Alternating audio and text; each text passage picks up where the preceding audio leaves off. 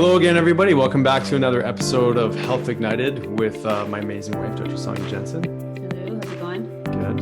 I always like to ask you how you're doing. I know, but I got you first. Yeah, you did. Yeah. You totally did. Well, we have an important topic today, one that hits home for us and some of our own family history and whatnot. But how are you feeling about this topic? I think it's a really important topic, and I love that we get to interview someone that we really look up to and someone that's been a mentor of ours for over 10 years.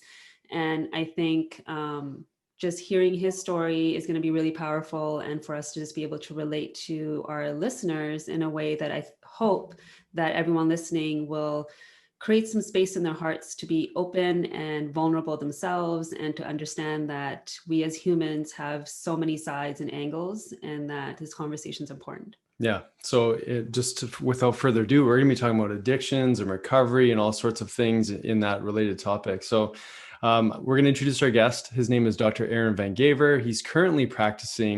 He's a naturopathic physician currently practicing in Toronto. And for those of you who are listening abroad, that is Toronto, Canada. And he's been at the forefront of recovery and addictions in our naturopathic field. He's a sought after doctor to speak, to teach, to educate. He teaches courses on how to do this for other doctors. He's such an important voice in our community. And I don't know if you remember this, Aaron, but you actually helped us get our clinic going because you helped us with our business plan. And so this guy's been a mentor for us in naturopathic school. He helped us with our training. He's been a mentor in the field of business and someone to look up to in the world of wellness and recovery. And we're so honored to have you on the call today, Dr. Aaron. Right on. Well, thank you so much for having me. And I'll be lying if I said I wasn't a little bit nervous. Isn't that weird? I mean, I do stuff. I speak so many times, but it's, I guess because of the topic, it's something that is quite raw and quite personal to me that it's difficult to be vulnerable and to kind of share your story. But having said that, I mean, it's such an important topic. I'm so passionate about mental health and addiction. And I mean, that's why we're talking today, because I mean, there's something I got to share. And so I'm glad to be invited. Definitely. Well, you know, when we launched our podcast, you were someone that we couldn't wait to have a conversation with, just because this is such a universal problem. And it's being, you know, before we got on the call, we talked about the stigma attached to addictions and recovery. And it's so important, I think, to just recognize that we've all probably dealt with it on some level, you know, whether not everyone's been living on the street and, you know, painting that sort of awful struggle that so many people do deal with, but many people don't realize the insidious onset of how this shows up in our lives. So, you know, we're really interested in hearing how you got in this field, telling us a little bit more about your story. And so take it away, please. Yeah, no, thank you so much for this opportunity. Addiction. I mean, I don't think anyone is born, grows, goes through school and thinks, hey, I want to struggle with addiction when I get older. And the truth is, addiction hits so many different walks of life. It isn't, as you said, it isn't necessarily people that are living on the street, although we see a lot of that in the news. And it breaks my heart to see the people that are struggling and that don't have the resources to really pull themselves out a lot of the time. But it hits, you know, the electricians, the doctors, the lawyers, the accountants. It hits all walks of life, and it hit me. And so a lot of what I've done here in Ontario, I have to call myself a naturopathic doctor. I can't use the term physician. So in BC we can, but working as a naturopathic doctor, you know, a big struggle for me really was admitting that I actually had an addiction. Like, how many naturopathic doctors are out there? There probably are lots of them out there that struggle with addiction. And that was a big hurdle for me to get over. It's how can I struggle with addiction and then also be natural and herbal and all that stuff. So, you know, my journey really started when I was 18 years old, when I had my first drink of alcohol. And, you know, before that, I said there were 6 things that I would never do. I mean, I was a goody two-shoes in high school. I said I would never drink. I said I would never do drugs. I would never get pierced. I would never get tattoos. I would never smoke cigarettes, and I would never own Doc Martens. and which is ridiculous. But within the first Check. year, I blew all six of those things. And for the first time, I had a drink. From the first time, I smoked a joint. From the first time, I did a hit of ecstasy. I did a line of cocaine. I was hooked. And the thing is I went through school. I went through university. I went through naturopathic school. And I was someone who would have been called a partier. If you actually were to talk to classmates of mine, whether it was university or CCNM, which is the naturopathic college in Toronto, they would say, yeah, Aaron partied. He knew how to have fun. And it all started with me trying to fit in. And I struggled with my sexuality in high school. And, the first place that I actually felt like I fit in was in the club scene, in the rave scene. And so, my whole journey started when I was 18, started when I started going to parties in Toronto. I used to hang out until 6, 7 o'clock in the morning, wearing big fat pants, having glow sticks and big wooden beads I had hair at the time, and I had like platinum hair and fire engine red hair. And I danced all night to music, and I met people and I connected with them.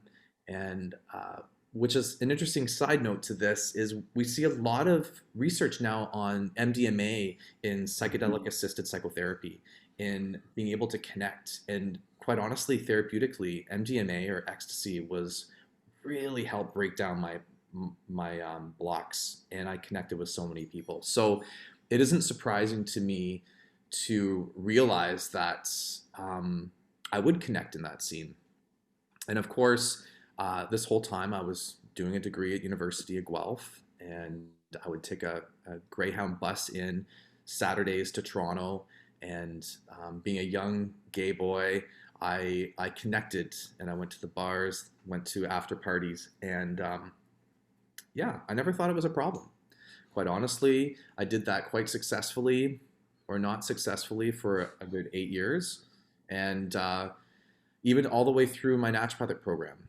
And it wasn't until I moved out to Vancouver when things started to be a bit of an issue. I moved out in Vancouver in 2003, and probably not much after that, I met you guys. Actually, I started teaching at the naturopathic school out there in probably 2004, 2005, and you guys would have been in third or fourth year. And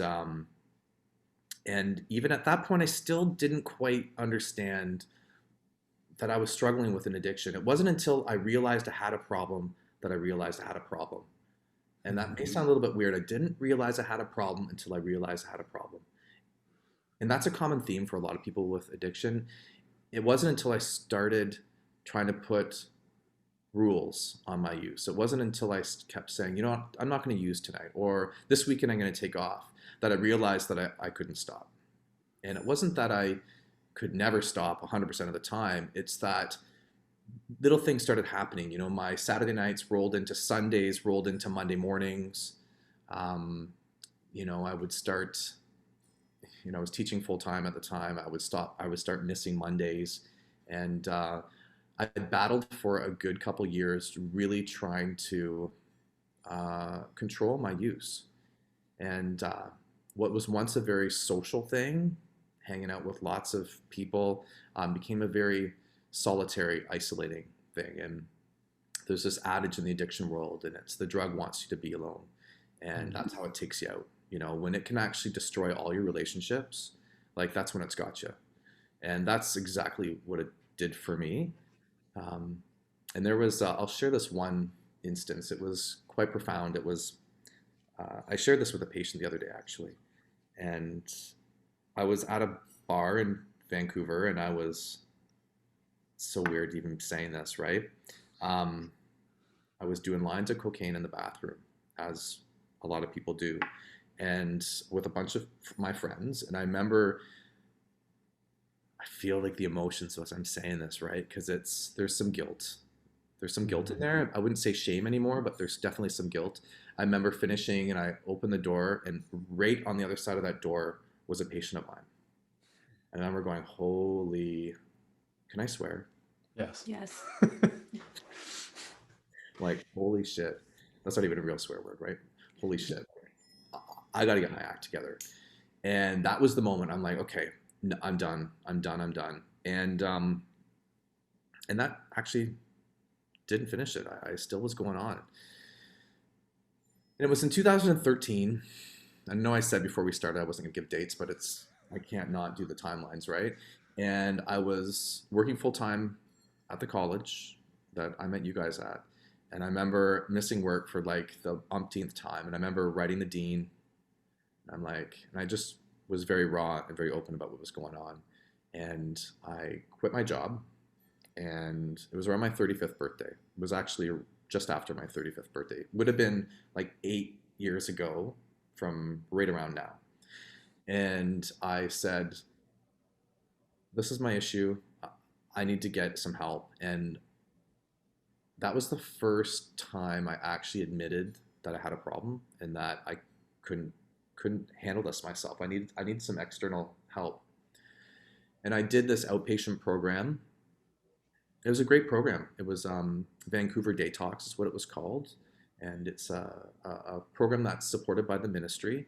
And it's the other name is Vancouver Withdrawal Management Services. They've got a detox program where you basically go during the day and then you go home and you can stay at your place. And it's meant for people that have a safe living environment. And what I should say is this whole time, my partner, AJ, we've been together for 11 years, is quite like an angel, really. He created that safe environment for me. And I opened up to my parents who live in Ontario, and they're incredibly supportive. And I did this 6-week program, and it was successful. Like I was able to give up drugs. I still smoke marijuana, so at that time I really believed that there was a medicinal effect that cannabis gave me.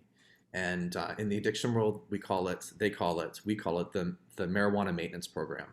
And there is some research that would show that sometimes actually reaching for marijuana can create a bit of space. It slows you down so that you're not so reactive. So instead of me, having an emotional cue, a trigger, and my brain automatically shooting a hit of dopamine, because that's how strong our brain is, right? Like the neurotransmitters and the electronic circuitry in our brain, like it's instantaneous. And I actually would feel like I was high before I even had any substance in my body. And so if I could actually smoke a joint and create a bit of space, I was less likely to reach for my drug of choice or my drug of non-choice. And that actually was really helpful, for 5 years minus 1 day, I was able to not reach for drugs, other than, of course, marijuana.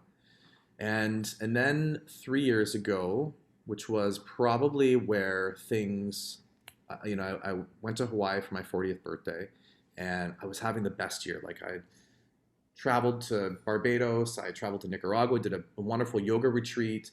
I was going with my partner to celebrate my 40th birthday. We're on a catamaran boat, like in Honolulu. Like I could see I have videos of the sun setting. There's a surfer going across my way. Like it was just so serendipitous. And then that night, my poison kind of snuck into my life again, and it sideswiped me, and it took me out for a good 6 months. And it ravaged me to the point where, and at this time I had obviously stopped teaching. And I got my private practice back up. And I do want to come back to that because there's some really interesting things that happened in that time. But it took me out. And it was a pretty ego destroying, which I think is actually a really good thing. It got me to where I'm at right now.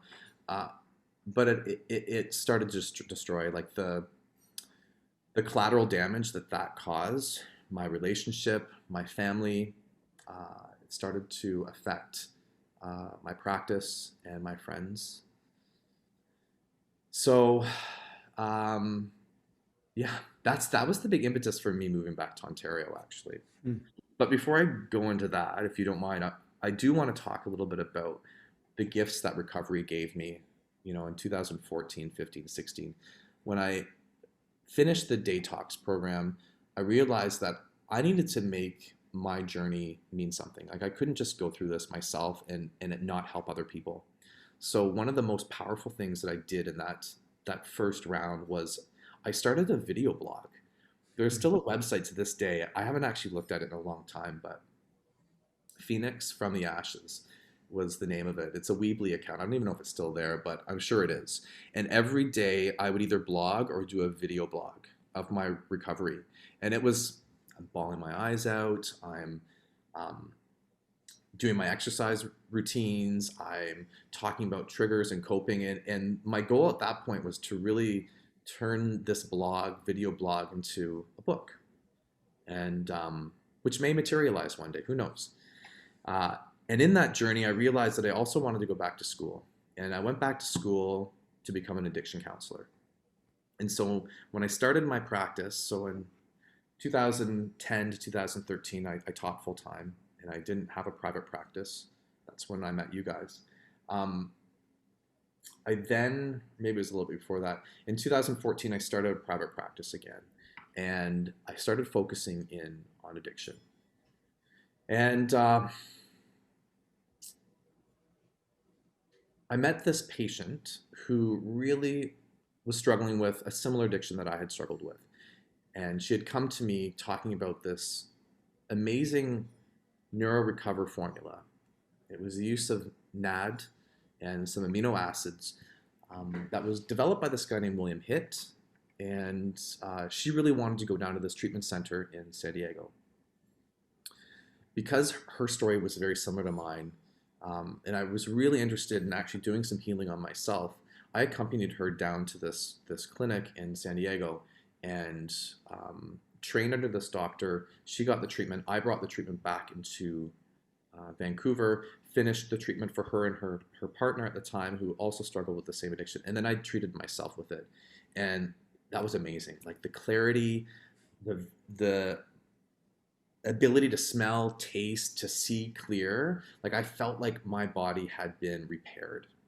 And so part of this, 2014 to 2018 was all about helping people with addiction. And I fine-tuned an addiction recovery program called the Neuro Recover program, where I utilized my now training in counseling and recovery coaching with my knowledge in naturopathic medicine, utilizing these pretty cool IV treatments. And I was on a journey and like this path to help other people kind of evolve from where they currently are to their 2.0 version, their 3.0 version.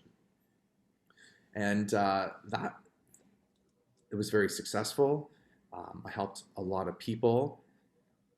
I learned a lot about addiction from helping others, and I learned a lot about myself from that process too. You need to want it, or else it probably isn't going to work. If your family wants you to do it more than you want to, if I want you to do it, or if I want you healthy more than you want to be healthy, it's just not going to work.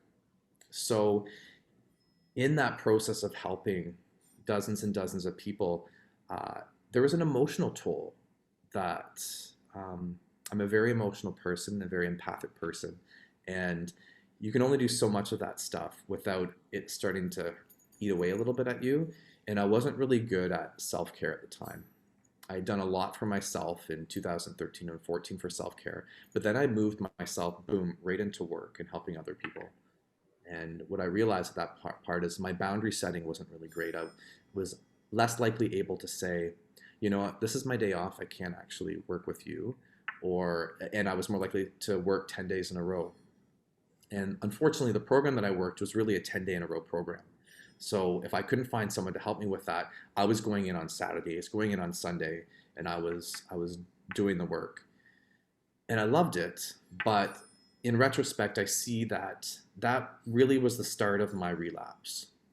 I could see things slipping. I could see my self-care slipping probably for 2 years before anything really happened. And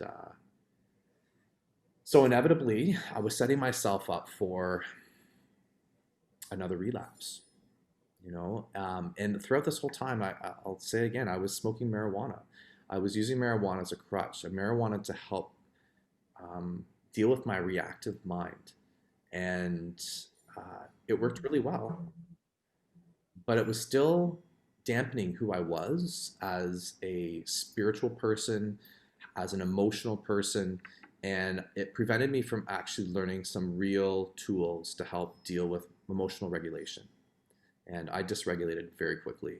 And the only coping strategy I ever had for that was, unfortunately, screaming and yelling at my partner or at the inanimate car that was driving and cutting me off, or smoking pot. So the inevitable happened on my 40th birthday, and I had a relapse, and I just had a very difficult time getting myself back. And so, yeah, a lot of collateral damage, almost lost my relationship, and almost lost my clinic, almost lost really everything. And in 2017, 2018 is when this happened. And for about 6 months, I was just reacting. I was doing everything I could to keep my head above water. For the first 3 or 4 months, no one knew there was an issue. And I mean, I think if people look back, they could tell something wasn't right, but I wasn't letting them know what was going on. And it was like April of 2018 when I left my partner, and I just remember the tears and the sobbing that happened from that. And I just can remember the hyperventilation of AJ, and I realized, fuck. And in that moment, I looked at him and I said,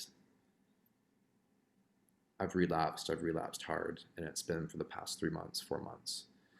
And so that was a bit of relief in terms of just actually acknowledging it.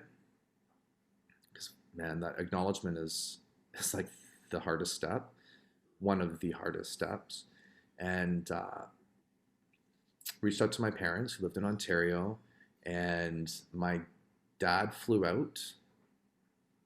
It's a little embarrassing to even say this, but it was, I'm a 40-year-old kid that is flailing and struggling, and my dad had to come out and just be there with me. And I mean, I love my parents so much. They're amazing to this day. They have been instrumental in my recovery. And so my dad stayed out for a month while we tried to figure out what I was going to do. And then my mom flew out and spent a month. And in that time when my mom came out, I had found a treatment center in Squamish called the Chopra Center. What I loved about the Chopra Center is, from a philosophical, spiritual perspective, it's exactly what my spirit needed. I needed to rid my body of the toxins I was consuming from foods. It was vegetarian. I wasn't eating meat. They did yoga and meditation, and there was some freedom while I was there. It was out in nature, and it was Ayurvedic principles, no caffeine. And that drive, I kind of sabotaged myself the first time. I needed to do the admission by a Saturday. I didn't call on the Saturday, so I couldn't do the admission for the Monday. So I had to wait another Saturday. And my poor mom, she was just waiting. She was just waiting to bring me there, because the truth is, my addiction held my parents, my family, my friends, my partner hostage. Like, it was like they couldn't breathe until they knew that I was in a safe space. Holding them hostage. That's exactly what happened. And so I remember driving up that morning, and I remember smoking so much weed and calling them in the morning saying, I just smoked a lot of weed. I don't think I can go, right? They're like, no, you're getting up here. And I was supposed to be there for 10 in the morning, and I ended up being there for like at 2 p.m. And that poor counselor, his name is Neil, wonderful guy, he waited there and waited and waited and waited. And that drive from Vancouver to Squamish was the longest drive in my life, yet the quickest drive. And the closer I got to the doors in Paradise Valley, the younger I got. There was a point in which I was kicking and screaming in the Jeep. I almost jumped out of the Jeep, and I remember bawling my eyes. And I just remember my mom was bawling her eyes out, and I'm sure my partner was like, just get the fuck to Chopra Center. Just get him to Chopra Center. And a little comedic relief, my dog just came in and she's drinking away. Oh, she was around. No, we got her after that. Anyways, so we got to Chopra Center, and the hardest thing I've ever done in my whole life, honestly, was walk up those 6 stairs. Could have been 7. And I walked through that door, and Neil looked at me as like, "You're so brave and so courageous to have made it up these steps." And it was so fucking hard. Oh my God, even to this day.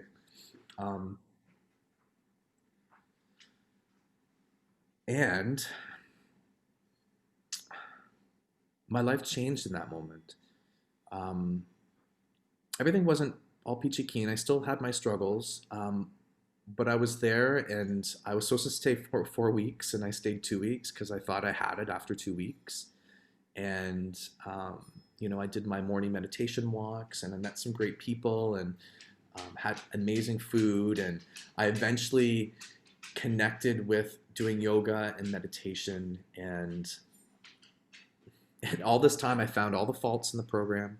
I have this really strong superhuman power of finding the fault in everything, and what my current Tony knows how to do that very well too, by the way. An expert. So Carl's like, "Aaron, just what works? Just focus on what's working."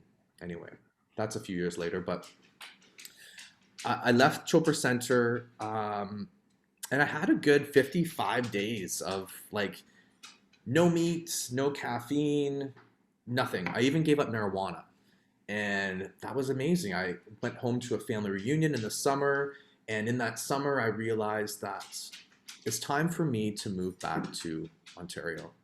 And so that fall, we put our condo in Gastown on the market. I found someone to take over my practice, and sold it in October. And I had 6 months where I rented back from my place, and I made this transition so that by the end of May 2019, I was moving back to Ontario, and I was going to start my life closer to my family, where my brother and parents and my partner's family is. And all was good until I started tripping up again. And I started with smoking a friggin' joint. It was like, oh, I can have a little puff. In that puff 1 week turned into another puff, another week turned into a joint, turned into more weed than I ever smoked in my life. And I moved up to Squamish in the January of 2019, and I stayed with a colleague of ours, a really good girlfriend of ours, and lived in her nanny suites, and I wasn't working at the time, and my goal was just to stay sober. And I wasn't working my recovery. I learned all these tools. I left the program, and I started smoking weed again, and I wasn't working my recovery. And we talk about this thing in the 12-step fellowship about geographics. Geographics never work. And what a geographic is thinking that you can pick up and move to a different location, not change anything about yourself, and everything's going to be magically corrected and made all better. It doesn't happen. So came back, me and my partner moved in with my parents for a couple months, and that was planned, and and everything was fine there. That was the moment where my parents finally gave in to the fact that I smoked pot, and they were fine with that. They're like, well, at least it's just marijuana. And eventually found a place in Toronto. This would have been last fall, and things were going okay. And I just couldn't get on top of things. And then like March happened and COVID hit, and my mother found out she had breast cancer, and we had moved up to my parents' place because my partner lost his job. Our naturopathic doctors in Ontario couldn't practice. We were considered non-essential. And so instead of like living in Toronto and smoking weed every single day, we went to my parents, and my mom found out she had breast cancer. And I remember looking at her, I'm like, well, Mom, you can't drink now. Not that she drank lots, right? But she'd have a glass of wine here and there. And she's like, well, if I'm not drinking, you're not smoking pot. And I'm like, okay, let's do this together. And so April 7th, It's crazy, right? I mean, in my head, marijuana isn't a big deal, but the growth I've had since April 7th, which is my like complete 100% sober date, has been amazing. And my mom went on this journey and she's doing fine now. And I'm on this journey and I found 12-step recovery and I've got a sponsor and I'm working the steps and my life is so full. I'm finally focusing in on what makes me happy. I'm doing self-care every day. I've got every single day, I have this little book here and this is my self-care book. And like I write down what time I wake up, exercise, journal, meditate. I was also given a primordial mantra at Chopra Center, and I meditate every day on that. I've got a journal that I've been keeping every single day. You know, it, it it's amazing that I have stuck through this, and my relationships are so much better. And I can never, I can't even imagine that marijuana, and some people are gonna laugh at this and probably think that I'm just ridiculous because I know I was that person. And and there was a lot of other hard drugs that I did, but the one that kept me from I think moving on was my tie to the sticky spirit of marijuana. Mm. It made me heavy, it made me eat like crap, it took my motivation away, it kept me from being the best version of myself. And so I can say very proudly today that I've got over 7 months of complete sobriety. I chair 12-step meetings. I'm the librarian of my chapter. I've got my sponsor just got 12 years. I am going to be giving this to him on Tuesday. My Wow. sponsee brother just got 7 months. I pulled up the chip for him, and I don't know. It's like it's amazing. And so now I'm like I'm this happier, healthier Aaron, and I'm conscious of not getting so overwhelmed in the addiction world that I let my self-care go and I let my boundaries fall. And so the big struggle I have right now is how do I maintain this while keeping my boundaries strong so that I don't let other people, even though they're not wanting to, but I can give too much of myself sometimes. So that's kind of where I'm at right now. I don't want to have Honolulu happen to me again. Mm. Mhm. Wow. There's so Oh, many gems. Thank you for sharing. I was teary-eyed for so many of those moments, and there was so much heart in them and so much learning, and just throughout it there's just so much that I think everyone can relate to. And what I would love for you to do is because what you said right there I think was important, that some people are going to laugh about marijuana because it's something that's commonly and openly used. And I feel like that same relationship is wine, that same relationship is food, that same relationship is shopping or sex or whatever it is for that individual. So I would love for you to define what addiction is and what maybe it meant for you. so addiction from a textbook perspective is defined as a compulsive need. I mean, the difference between abuse and dependence. So dependence is addiction. Abuse is getting drunk and missing work. It's truly a compulsion. There's a craving. There's a compulsion, and it doesn't matter how much you want to try to control it. It can't be controlled. Mhm. And I think with that desire to control our outside environment, for some people, maybe they've suffered a trauma or they've had an experience where they felt like they were completely out of control and there's this one thing that they can. Like for me, it was food. When I was 13, I had anorexia and I couldn't control my outside environment. So I was trying to control this one thing so that my voice could be heard from my physical body deteriorating. And but then there's some people that maybe haven't experienced a major trauma, but then they're feeling that loneliness and that disconnect that you were speaking to, that the that environment gave you that connection or that feeling of belonging that we all desire, and yet it also was the thing that took that away. So how can we reverse engineer and support people when they maybe have that first initial feeling of disconnect or that desire to want to fill that hole with something? Like what's something that they can do right away to help shift that in them? And that's a really great question. And I mean, just in saying that, the answer is, without going into too much depth, is connection. Like, how can they connect? Is it friends or family? Before we chatted, I talked with a patient of mine who was struggling with some traumatic based stuff, and it was almost like, okay, look at, you're isolating yourself right now. Who in your life can you actually call upon? And if it isn't about connecting them with spirit, with person, with friends, with family, with community, then it's crisis control. It's how do you distract? How do you self-soothe? How do you, without substances? So the conversation I have with her is like, go on Netflix. You need to watch something just to get your mind off of it. And so, the short answer to this is connection. And there's Mhm. this amazing TED Talk, and you probably have seen it. His name is Johan Hari, and the TED Talk is what you think you know about addiction is wrong, and it's Hmm. all about. Have you heard of Rat Maze or Rat Park? And it's basically they've taken it's a SFU professor who did this, and they fed rats in isolation heroin-filled water, and 100% of them. Hmm. Yeah, I remember this. Yeah. Yeah. They gave two water bottles, heroin laced, non-heroin laced, in a big huge cage with tunnels and lots of different rats. And the rats that lived in this community were less likely to actually reach for the heroin laced water. Of course, we're not rats. I get it.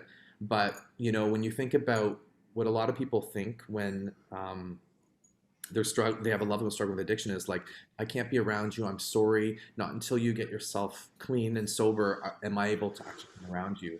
And that does more damage, in my opinion, and I think in research, is pulling that connection away from people. It's like, no, like, I love you, I want to be with you, I can't be with you where you're at right now, but let's go for coffee or let's go for a walk. And so it's finding a way to connect, which is so important. Mhm. Yeah, that's such a powerful share and realization for people, because it is so isolating when you're in that, mental, emotional, physical vibration of addiction, and you're getting, triggers everywhere, and you're getting, this sense of loneliness and apathy from others, where you're looking for that connection.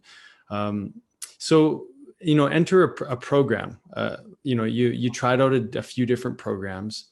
You did the Chopra Center. You did some the detox one. You did some of the other ones. What and how have those shaped you now in knowing what you've went through into delivering support for somebody? Like, what are some of the I guess the pieces that you really liked and feel that people really need when they're going through a process, or when they're ready for that process, I should say? Yeah, without a doubt, and I get a lot of kickback on this, is community support. And that could be 12-step recovery, whether that's NA or AA, smart recovery, which is more science-based, less spiritual-based, refuge recovery, Life Ring. These are all organizations where people that have a commonality meet and they help support each other. And there are, since COVID, it's crazy. Like, I go on meetings in Berlin, I'm down in LA, I'm over in Chicago, I'm in New York, I come to Vancouver on Sundays. So it's like, it's pretty cool. Like, the recovery community has really gotten smaller, and that has been kind of a blessing with COVID. And So that's number one. It's like, if you can get past that first hurdle, which is, and I hear it all the time, 12 step isn't for me. I don't believe in God. It's too spiritual. And I mean, I could do a whole podcast on 12 step and how it's your higher power, whatever that is to you. It doesn't have to be God, right? Mm. And so that's number one. Number two is if it's not just like a wider recovery community, it's also finding who in your life are safe people and bringing them in. There's going to be people that want just the best, 100% the best for you. Those people you need to bring into your inner circle. And yes, you may have burned a few bridges, and yes, you may have overwhelmed a lot of them. And so maybe not everyone you bring in. Anyone that doesn't want the best for you, people that may be friends, family, other people that have brought you down that path, you push them to an outer ring. You don't have to get rid of them per se, but they just can't be in your immediate vicinity, spiritually, socially, physically. I also find my self-esteem was so down. It was like my Mm. self-worth, self-esteem was